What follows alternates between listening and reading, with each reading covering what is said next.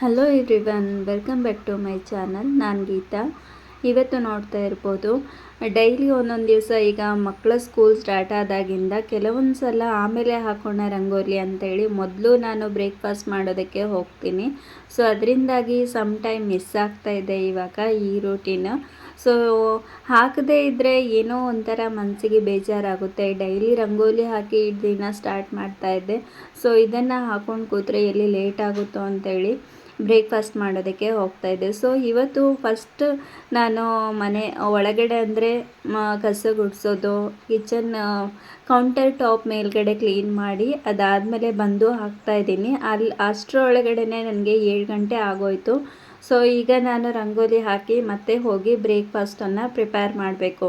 So basic ಏನೆಲ್ಲ ಇರುತ್ತೆ, ಕಸ ಗುಡಿಸೋದು, ಫ್ರೆಶ್ ಅಪ್ ಆಗೋದು, ಬೆಳಿಗ್ಗೆ ಎದ್ದು ಆಮೇಲೆ ಈ ರಂಗೋಲಿ ಹಾಕೋದು, ಇದೇ ಒಂದು 1 ಅವರ್ ಟೈಮ್ ಬೇಕಾಗುತ್ತೆ. ಸೊ ಈಗ ನೋಡ್ತಾ ಇರ್ಬೋದು 3ರಿಂದ 2 ಚುಕ್ಕಿಯ ರಂಗೋಲಿ ಹಾಕಿದ್ದೀನಿ. ಎಷ್ಟು ಕ್ಯೂಟಾಗಿ ತುಂಬ ಬ್ಯೂಟಿಫುಲ್ಲಾಗಿ ಕಾಣ್ತಾ ಇದೆ. ಸೊ ಕಮೆಂಟ್ ಮಾಡಿ ತಿಳಿಸಿ ಇಷ್ಟ ಆಗಿದ್ದರೆ. ಸೊ ಹಾಗೆ ಇವತ್ತು ಮಕ್ಕಳ ಒಂದು ಲಂಚ್ ಬಾಕ್ಸಿಗೆ ತುಂಬ ಒಂದು ಹೆಲ್ದಿ ರೆಸಿಪಿನ ಟ್ರೈ ಮಾಡ್ತಾಯಿದ್ದೀನಿ. ತುಂಬ ದಿನ ಆಯಿತು ಈ ಒಂದು ರೆಸಿಪಿನ ಮಾಡಿದೆ. ಮಕ್ಕಳಿಗೆ ಈ ಬ್ರೇಕ್ಫಾಸ್ಟ್ ಅಂತ ಹೇಳಿದರೆ ತುಂಬ ಇಷ್ಟಪಡ್ತಾರೆ. ಸೊ ಹಾಗಾಗಿ ನೈಟ್ ಅಕ್ಕಿಯನ್ನು ನೆನೆ ಇಟ್ಟಿದ್ದೆ 4 ಗ್ಲಾಸಷ್ಟು.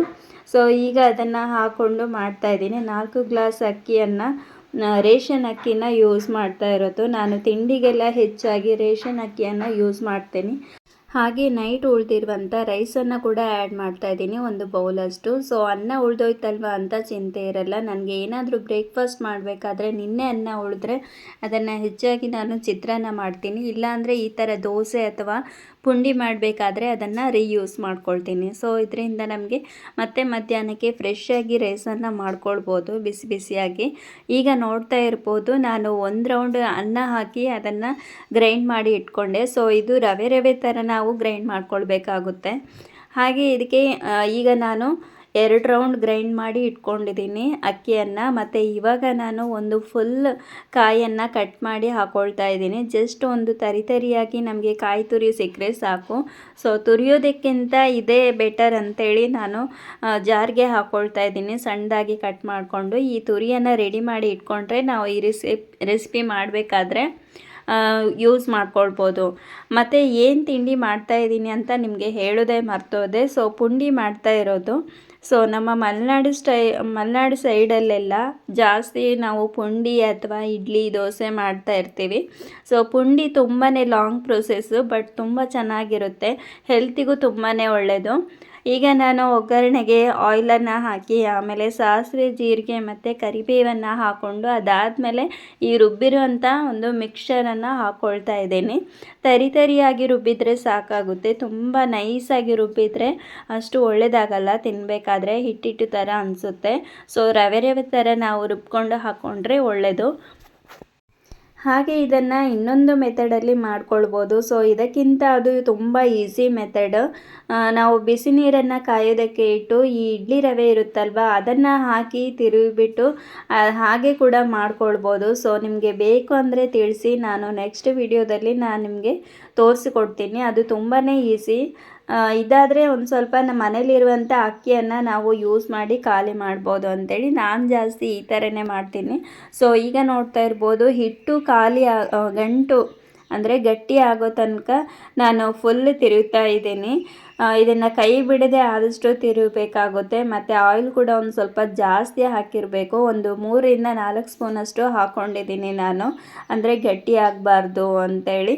ಮತ್ತು ಹಿಟ್ಟು ಕನ್ಸಿಸ್ಟೆನ್ಸಿ ತುಂಬ ತೆಳುವಾಗೂ ಇರಬಾರ್ದು, ತುಂಬ ಗಟ್ಟಿಯಾಗೂ ಇರಬಾರ್ದು. ಸೊ ಆ ರೀತಿ ನಾವು ನೀರನ್ನು ಸೇರಿಸಿ ಗ್ರೈಂಡ್ ಮಾಡಿಕೊಂಡು ಇದ್ರ ಜೊತೆ ಹಾಕಿರಬೇಕಾಗುತ್ತೆ. ಹಾಗೆಯೇ ನಾವು ಹಿಟ್ಟನ್ನು ತಿರುಗಬೇಕಾದ್ರೆ ಒಂದು ಸ್ವಲ್ಪ ಉಪ್ಪನ್ನು ಹಾಕ್ಕೊಂಡಿದ್ರೆ ಒಳ್ಳೆಯದು. ಇಲ್ಲಾಂದರೆ ರುಬ್ಬಬೇಕಾದ್ರೆ ಕಲ್ಲುಪ್ಪನ್ನು ಕೂಡ ಹಾಕ್ಕೊಂಡ್ರೆ ಆಗುತ್ತೆ. ನಾನಿಲ್ಲಿ ಒಂದು ಸ್ವಲ್ಪ ಹುಡಿ ಉಪ್ಪನ್ನು ಸೇರಿಸಿದ್ದೀನಿ. ಹಾಗೆ ಈಗ ಒಂದು ಫುಲ್ ಕಾಯಿ ತುರಿಯನ್ನು ಏನು ಗ್ರೈಂಡ್ ಮಾಡಿ ಇಟ್ಕೊಂಡಿದ್ದೆ ಅದನ್ನು ಇವಾಗ ಹಾಕ್ಕೊಳ್ತಾ ಇದ್ದೀನಿ. ಈಗ ಒಂದು ಸ್ವಲ್ಪ ಗಟ್ಟಿ ಕನ್ಸಿಸ್ಟೆನ್ಸಿ ಬಂದಿದೆ ಅಲ್ವಾ. ಸೊ ಈ ಟೈಮಲ್ಲಿ ನಾವು ಈ ಕಾಯಿ ತುರಿಯನ್ನು ಆ್ಯಡ್ ಮಾಡಬೇಕಾಗುತ್ತೆ. ನೀವು ಬೇಕಿದ್ರೆ ತುರಿದು ಕೂಡ ಸೇರಿಸ್ಕೊಳ್ಬೋದು. ನಾನಿಲ್ಲಿ ಗ್ರೈಂಡ್ ಮಾಡಿ ಸೇರಿಸ್ಕೊಂಡಿದ್ದೀನಿ. ಈಗ ಆಲ್ಮೋಸ್ಟ್ ಇವಾಗ ಗಟ್ಟಿ ಆಗ್ತಾ ಬಂತು. ಏನಿಲ್ಲ ಅಂದರೂ ಒಂದು 1/4 ಗಂಟೆ ಬೇಕು ಇದು ಈ ರೀತಿ ಪ್ರೊಸೆಸ್ಸಿಗೆ ಬರಬೇಕಾದ್ರೆ. ನಾವು ತಿರುತ್ತಾನೇ ಇರಬೇಕು ಗಟ್ಟಿಯಾಗಿ. ಒಂದು ಸ್ವಲ್ಪನೂ ಬಿಟ್ಟರೆ ಅದು ಗಟ್ಟಿಯಾಗುತ್ತೆ. ಹಾಗೆ ಸೌಟ್ ಕೂಡ ತುಂಬ ಗಟ್ಟಿಯಾಗಿರೋದು, ಉದ್ದ ಇರೋದು ತೊಗೋಬೇಕಾಗುತ್ತೆ, ಬಿಸಿ ತಾಗಬಾರ್ದಲ್ವ. ಸೊ ಆಲ್ಮೋಸ್ಟ್ ಇವಾಗ ಗಟ್ಟಿ ಆಗ್ತಾ ಬಂತು. ಈಗ ನಾನು ಒಂದು 5 ಮಿನಿಟ್ ಇದನ್ನು ಲಿಡ್ ಕ್ಲೋಸ್ ಮಾಡಿ ಒಂದು ಸ್ವಲ್ಪ ಹೊತ್ತು ಬಿಡ್ತೀನಿ. ಅಲ್ಲಿಗೆ ಇನ್ನೂ ಒಂದು ಸ್ವಲ್ಪ ಬೇಯ್ಕೊಳ್ಳುತ್ತೆ. ಹಾಗೆ ಮಾಡುವಂಥ ಪಾತ್ರೆ ಕೂಡ ತುಂಬ ದಪ್ಪ ಇರೋದು ತೊಗೋಬೇಕಾಗುತ್ತೆ, ಇಲ್ಲ ಅಂದರೆ ತಳ ಹೊತ್ತುತ್ತೆ. ಇದ್ರ ಜೊತೆಗೆ ಸಾಂಬಾರನ್ನು ಕೂಡ ಮಾಡ್ಬೋದು. ಸೊ ನಾನಿವತ್ತು ಇದನ್ನೇ ಯೂಸ್ ಮಾಡಿಕೊಂಡು ಒಂದು ಮಸಾಲವನ್ನು ಮಾಡ್ತಾಯಿದ್ದೀನಿ, ಅಂದರೆ ಪುಂಡಿ ಮಸಾಲ ಅಂತ ಕೂಡ ಹೇಳ್ಬೋದು. ತುಂಬ ಚೆನ್ನಾಗಿರುತ್ತೆ ಅದು. ನೀವು ಒಂದ್ಸಲ ಟ್ರೈ ಮಾಡಿ ನೋಡಿ, ಮಕ್ಕಳಿಗೆಲ್ಲ ಇಷ್ಟ ಆಗುತ್ತೆ. ಲಂಚ್ ಬಾಕ್ಸಿಗೆ ಒಂದು ವೆರೈಟಿ ಏನಾದರೂ ಟ್ರೈ ಮಾಡಬೇಕು ಅಂತ ಇದ್ದರೆ ಖಂಡಿತ ನೀವು ಟ್ರೈ ಮಾಡ್ಬೋದು. ತುಂಬ ಈಸಿ, ಮಾತ್ರ ತಿನ್ನೋದಕ್ಕೆ ಟೇಸ್ಟಿಯಾಗಿರುತ್ತೆ. ಯಾವಾಗಲೂ ಇಡ್ಲಿ ದೋಸೆ ಎಲ್ಲ ಮಾಡ್ತಾ ಇರ್ತೀವಲ್ವಾ. ಸೊ ಈಗ ಲಿಡ್ ಕ್ಲೋಸ್ ಮಾಡಿ ನಾನು ಒಂದು 5 ಮಿನಿಟ್ ಬಿಡ್ತೀನಿ. ಅಷ್ಟರಲ್ಲಿ ನಾನು ಒಂದು ನೀರೆಲ್ಲ ರೆಡಿ ಮಾಡ್ಕೊಳ್ತೀನಿ. ಸೊ ಬೆಳಗ್ಗೆ ಬಂದ ತಕ್ಷಣ ನಾನು ನೀರು ಕುಡಿಲಿಲ್ಲ, ಲೇಟ್ ಆಗುತ್ತೆ ಅಂತೇಳಿ. ಸೊ ಈಗ ಮಕ್ಕಳಿಗೆ ಬಿಸಿನೀರನ್ನು ಕೊಟ್ಟು ನಾನು ಕೂಡ ಅಷ್ಟೇ, ನಾನು ಇವತ್ತು ಗ್ರೀನ್ ಟೀಯನ್ನು ತಗೊಳ್ತಾ ಇದ್ದೀನಿ. ಸೊ ತುಂಬ ಒಂದು ಗ್ಯಾಸ್ಟ್ರಿಕ್ ಆಗಿಬಿಟ್ಟಿದೆ. ಸೊ ಗ್ಯಾಸ್ ಟ್ರಬಲ್ ಎಲ್ಲ ಆದಾಗ ನಾನು ಗ್ರೀನ್ ಟೀ ಕುಡಿತೀನಿ. ತುಂಬ ದಿನ ಆಯಿತು ಗ್ರೀನ್ ಟೀ ತೊಗೊಳ್ಳೋದೆ. ಸೊ ಗ್ರೀನ್ ಟೀ ಅಂದರೆ ಲೀಫ್ ಬರುತ್ತಲ್ವ, ಆ ಥರದ್ದು ಗ್ರೀನ್ ಟೀ ತೊಗೊಂಡ್ರೆ ತುಂಬ ಒಳ್ಳೆಯದು. ನಮಗೆ ವೆಯ್ಟ್ ಲಾಸ್ ಮಾಡೋದಕ್ಕೂ ಆಗುತ್ತೆ, ಮತ್ತು ಗ್ಯಾಸ್ ಟ್ರಬಲ್ ಕೂಡ ಬೇಗ ಕಡಿಮೆ ಆಗುತ್ತೆ. ಈಗ ಇಡ್ಲಿ ಪಾತ್ರೆಯನ್ನು ನಾನು ನೀರು ಹಾಕಿ ಇಟ್ಕೊಳ್ತಾ ಇದ್ದೀನಿ. ಹಾಗೆ ಇಡ್ಲಿ ಪಾತ್ರೆ ಕಪ್ಪಾಗಬಾರ್ದು ಅಂಥೇಳಿ ಒಂದು ಸ್ವಲ್ಪ ಹುಳಿಯನ್ನು ಸೇರಿಸ್ತಾ ಇದ್ದೀನಿ ನೀರಲ್ಲಿ. ಹುಳಿ ಇಲ್ಲ ಅಂದರೆ ನಿಂಬೆಹಣ್ಣು ಕೂಡ ಸೇರಿಸ್ಕೊಳ್ಬೋದು, ಕಪ್ಪಾಗೋದನ್ನು ತಡಿಬೋದು ಪಾತ್ರೆ. ಇಲ್ಲ ಅಂದರೆ ತುಂಬ ಕಪ್ಪಾಗುತ್ತೆ ಪಾತ್ರೆ. ಸೊ ಈಗ ನೋಡ್ತಾ ಇರ್ಬೋದು, ನೀಟಾಗಿ ಮತ್ತೊಮ್ಮೆ ಕಲಿಸ್ಕೊಂಡು ನಾನು ಇದನ್ನು ಉಂಡೆ ಕಟ್ಟಿಬಿಟ್ಟು ಹಾಕ್ತೀನಿ. ಹಾಗೆ ಉಂಡೆ ಕಟ್ಟಬೇಕಾದ್ರೆ ನಾವು ಕೈಗೆ ಒಂದು ಸ್ವಲ್ಪ ಆಯಿಲನ್ನು ಅಪ್ಲೈ ಮಾಡ್ಕೊಳ್ಬೇಕಾಗುತ್ತೆ, ಇಲ್ಲಾಂದರೆ ಬಿಸಿ ತಾಗುತ್ತೆ. ಸೊ ಬಿಸಿ ಬಿಸಿಯಾಗಿ ಇರುವಾಗಲೇ ಒಂದು ಸ್ವಲ್ಪ ನಾವು ಲಾಡು ಶೇಪ್ ಮಾಡಿಕೊಂಡು ಅದನ್ನು ಕಟ್ಟಿ ಇಡಬೇಕಾಗುತ್ತೆ. ನೋಡ್ತಾ ಇರ್ಬೋದು, ಆದಷ್ಟು ಫಾಸ್ಟಾಗಿ ಮಾಡ್ತೀನಿ, ಯಾಕಂದರೆ ಟೈಮ್ ಆಗೋದೇ ಗೊತ್ತಾಗಲ್ಲ. ಸೊ ಕ್ವಿಕ್ಕಾಗಿ ಆದಷ್ಟು ಮಾಡಿ ಹಾಕ್ತಾಯಿದ್ದೀನಿ. ಮಕ್ಕಳಿಗೆ ಆದಷ್ಟು ಕೆಲವೊಂದು ಸಣ್ಣ ಪುಂಡಿ ಅಂದರೆ ತುಂಬ ಇಷ್ಟಪಡ್ತಾರೆ. ಸ್ವಲ್ಪ ಸಣ್ಣ ಪುಂಡಿ, ಒಂದು ಸ್ವಲ್ಪ ದೊಡ್ಡ ಪುಂಡಿ ಎಲ್ಲ ಮಾಡ್ತಾಯಿದ್ದೀನಿ ನಾನು. ಸೊ ನಮ್ಮ ಸೈಡ್ ಇದನ್ನು ಜಾಸ್ತಿಯಾಗಿ ಪುಂಡಿ ಗಶಿ ಅಂತಲೇ ಕರಿತೀವಿ. ಹಾಗೆ ಮಕ್ಕಳಿಗೆ ಈ ಪುಂಡಿ ಜೊತೆ ಸಾಂಬಾರು ಓಕೆನಾ ಅಂತ ಕೇಳಿದಾಗ ಅವರು ಸಾಂಬಾರು ಬೇಡಮ್ಮ ಪುಂಡಿ ಗಶಿನೇ ಮಾಡಿ, ಅದೇ ಇಷ್ಟ ಆಗುತ್ತೆ ಅಂತ ಹೇಳಿದರು. ಸೊ ಪುಂಡಿ ಗಶಿನೇ ಮಾಡುವ ಅಂಥೇಳಿ. ಸೊ ಹಾಗೆ ಇವತ್ತು ಮಧ್ಯಾಹ್ನ ನಾನ್ ವೆಜ್ ತರೋದು ಅಂತ ಕೂಡ ಪ್ಲ್ಯಾನ್ ಇತ್ತು. ಸೊ ಈ ಪುಂಡಿ ಗಶಿ ಮಾಡಿದರೆ ಸಾಂಬಾರು ಉಳ್ಕೊಳ್ಳುತ್ತೆ, ಸಾಂಬಾರು ಮಾಡಿದರೆ. ಹಾಗೆ ಪುಂಡಿ ಗಶಿ ಮಾಡಿದರೆ ಖಾಲಿ ಆಗುತ್ತಲ್ವ ಅಂಥೇಳಿ ಇದನ್ನೇ ಮಾಡಿದೆ. ಸೊ ಈಗ ನಾನು ಗ್ರೀನ್ ಟೀ ಕುಡಿದು ಅದಾದಮೇಲೆ ಬೇಯೋದಕ್ಕೆ ಇಟ್ಟಿದ್ದೀನಿ ಪುಂಡಿ ಕಟ್ಟಿ. ಅದು ಒಂದು ಏನಿಲ್ಲ ಅಂದರೂ 15 ಮಿನಿಟ್ ಆಗುತ್ತೆ. ಸೊ ಅಷ್ಟರ ಒಳಗಡೆ ನಾನು ಅದಕ್ಕೆ ಮಸಾಲೆನ ಪ್ರಿಪೇರ್ ಮಾಡ್ಕೊಳ್ತೀನಿ. ಇಲ್ಲಿ ನಾನು ಸಾಂಬಾರು ಮೆಣಸನ್ನು ಬಿಡಿಸ್ತಾ ಇದ್ದೀನಿ. ಸಾಂಬಾರು ಮೆಣಸು ಏನಿಲ್ಲ ಅಂದರೂ ಒಂದು 6ರಿಂದ 8 ಬೇಕಾಗುತ್ತೆ ಖಾರಕ್ಕೆ ಅನುಗುಣವಾಗಿ. ಸೊ ನಾನು ತುಂಬ ಖಾರ ಇಷ್ಟಪಡೋರು ಒಂದು ಸ್ವಲ್ಪ ಜಾಸ್ತಿ ಹಾಕ್ಕೊಳ್ಳಿ. ನಾನಿಲ್ಲಿ ಮೀಡಿಯಮ್ ಆಗಿ ಖಾರವನ್ನು ಮಕ್ಕಳು ತಿನ್ನಬೇಕಲ್ವ, ಸೊ ಹಾಗಾಗಿ ಒಂದು ಸ್ವಲ್ಪ ನೋಡಿಕೊಂಡು ಹಾಕ್ಕೊಳ್ತಾ ಇದ್ದೀನಿ. 6ರಿಂದ 8 ತೊಗೊಂಡಿದ್ದೀನಿ.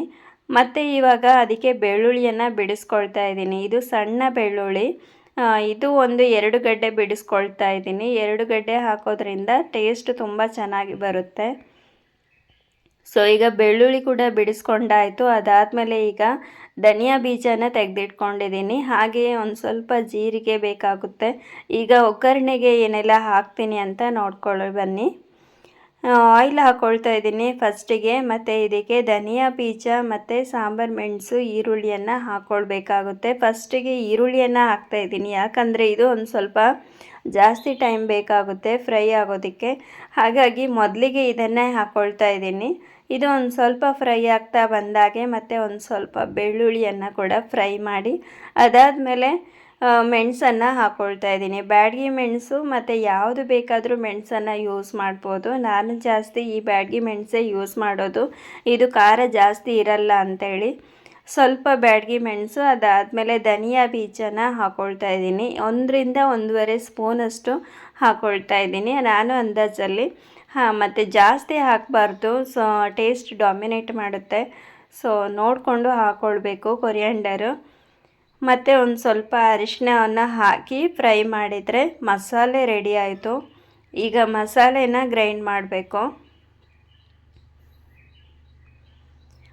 ಒಂದು ಸ್ವಲ್ಪ ಜೀರಿಗೆನ ಸೇರಿಸೋದು ಮರ್ತೋಯ್ತು. ಜೀರಿಗೆ ಕೂಡ ಸೇರಿಸ್ಕೊಂಡ್ರೆ ತುಂಬ ಟೇಸ್ಟ್ ಚೆನ್ನಾಗಿ ಬರುತ್ತೆ. ಒಂದು ಸ್ವಲ್ಪ ನೀರು ಹಾಕಿ ಚೆನ್ನಾಗಿ ನೀಟಾಗಿ ಗ್ರೈಂಡ್ ಮಾಡ್ಕೊಳ್ತೀನಿ.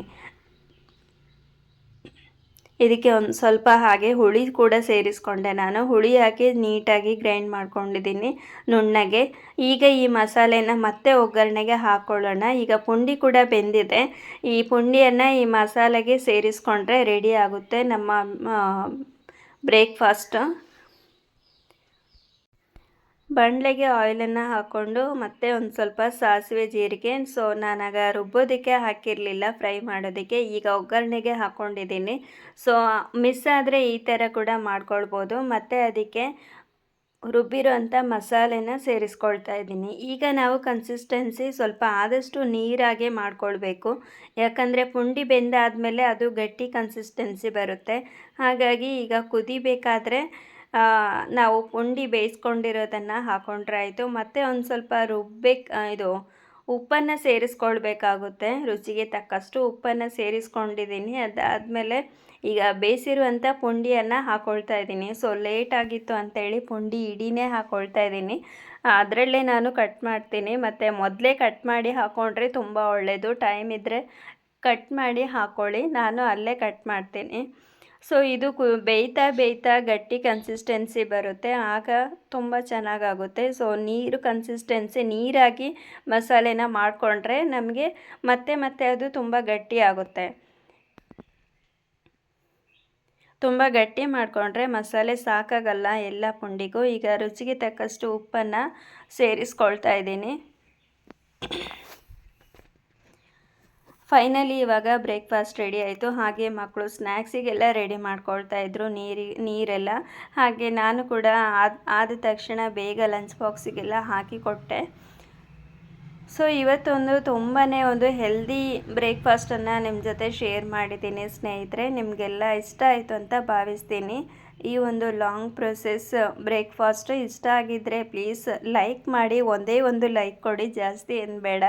ಹಾಗೆ ಇವಾಗ ನಾನು ಕೂಡ ಅಷ್ಟೇ ಎಲ್ಲ ಉಳಿದಿರೋಂಥ ಪುಂಡಿ ಎಲ್ಲ ತೆಗೆದಿಟ್ಟು ಎಲ್ಲ ಪಾತ್ರೆ ವಾಶ್ ಮಾಡಿ ನಾನು ಕೂಡ ಅಷ್ಟೇ ಬ್ರೇಕ್ಫಾಸ್ಟ್ ಮಾಡ್ತೀನಿ. ಹಾಗೆ ಈಗ ಸ್ನಾನ ಎಲ್ಲ ಆಗಿ ಪೂಜೆ ಎಲ್ಲ ಮಾಡಿ ಬಂದು ಬ್ರೇಕ್ಫಾಸ್ಟನ್ನು ಮಾಡಬೇಕು. ಮತ್ತು ಯಾವ ಥರ ಬಂದಿದೆ ಅಂತ ನಿಮ್ಮ ಜೊತೆ ಶೇರ್ ಮಾಡ್ತೀನಿ. ತುಂಬ ಚೆನ್ನಾಗಿ ಬಂದಿದೆ. ಮತ್ತು ಇವಾಗ ಟೀ ಕೂಡ ಮಾಡ್ತಾಯಿದ್ದೀನಿ. ಸೊ ಟೀ ಅಂತೂ ಬೇಕೇ ಬೇಕು ನನಗೆ. ಟೀ ಅಂತೂ ಕುಡಿತೀನಿ. ಯಾವುದೇ ಗ್ರೀನ್ ಟೀ ಏನೇ ತೊಗೊಂಡ್ರು ಅಷ್ಟೇ ಸ್ವಲ್ಪನಾದರೂ ಟೀ ಕುಡಿಬೇಕು. ಮತ್ತು ಹೇಗೆ ಬಂದಿದೆ ನೋಡಿ, ಕನ್ಸಿಸ್ಟೆನ್ಸಿ ತುಂಬ ಗಟ್ಟಿಯಾಗಿ ತುಂಬ ಚೆನ್ನಾಗಿ ಬಂದಿದೆ. ನೋಡ್ತಾ ಇದ್ದರೆ ನಿಮಗೂ ಮಾಡಬೇಕು ಅಂತ ಅನಿಸುತ್ತೆ ಅಲ್ವಾ? ಸೊ ಮಾಡಿ ನೋಡಿ ಖಂಡಿತ. ಸೊ ಮುಂದೆ ಒಂದು ಹೊಸ ವಿಡಿಯೋದೊಂದಿಗೆ ಸಿಗ್ತೀನಿ. ಅಲ್ಲಿವರೆಗೂ take care. Thank you for watching. ಇಷ್ಟೊತ್ತು ವಿಡಿಯೋ ನೋಡಿದ್ದಕ್ಕೆ ತುಂಬ ಖುಷಿ ಆಯಿತು. ಹೀಗೆ ಸಪೋರ್ಟ್ ಮಾಡಿ, ಎಂಕರೇಜ್ ಮಾಡಿ, ನಿಮ್ಮ ಫ್ಯಾಮಿಲಿ ಫ್ರೆಂಡ್ಸ್ ಜೊತೆ ಶೇರ್